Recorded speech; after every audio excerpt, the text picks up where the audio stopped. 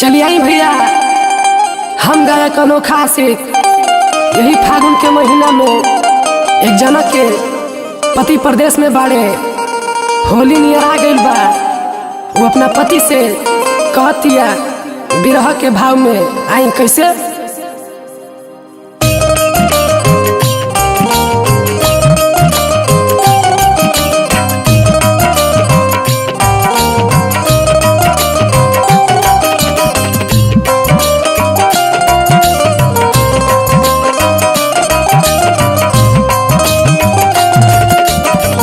गवाना करा के लैलो, छोड़ी के विदेशवा गइलो, साल लागता। गवाना करा के लैलो, छोड़ी के विदेशवा गइलो, साल लागता। राजा हो साल लागता, राजा आजा गाड़ी धके राजधानिया से। रंग बिना सुन हमर गाल लागता, राजा आजा गाड़ी धके राजधानिया से। रंग बिना सुन हमर गाल लागता।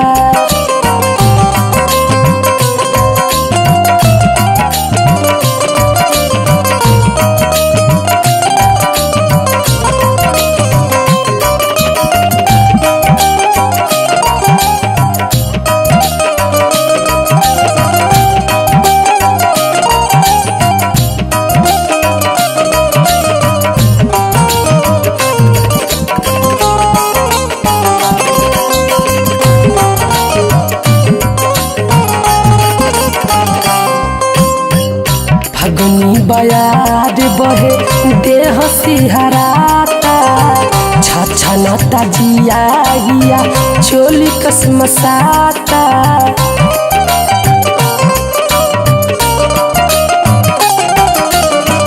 फगुनी बयाद बहे देह सिहराता, छछनता जिया हिया चोली कसमसाता। हमारो चढ़ाली जवानिया काल लागता, राजा हो काल लागता।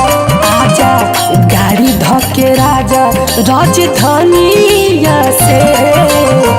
रंग बिना सुन हमर गाल लागता, राजा आजा गाड़ी धके राजधानिया से।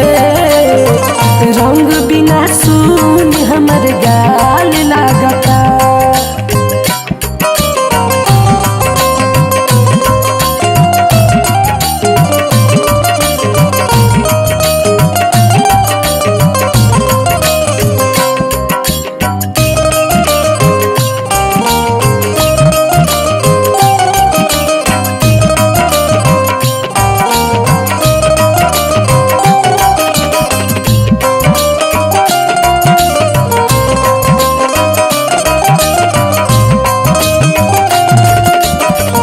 मिठी बतिया के पिया न हमके पोलावा, देवराय अनोखा से टिकट करावा।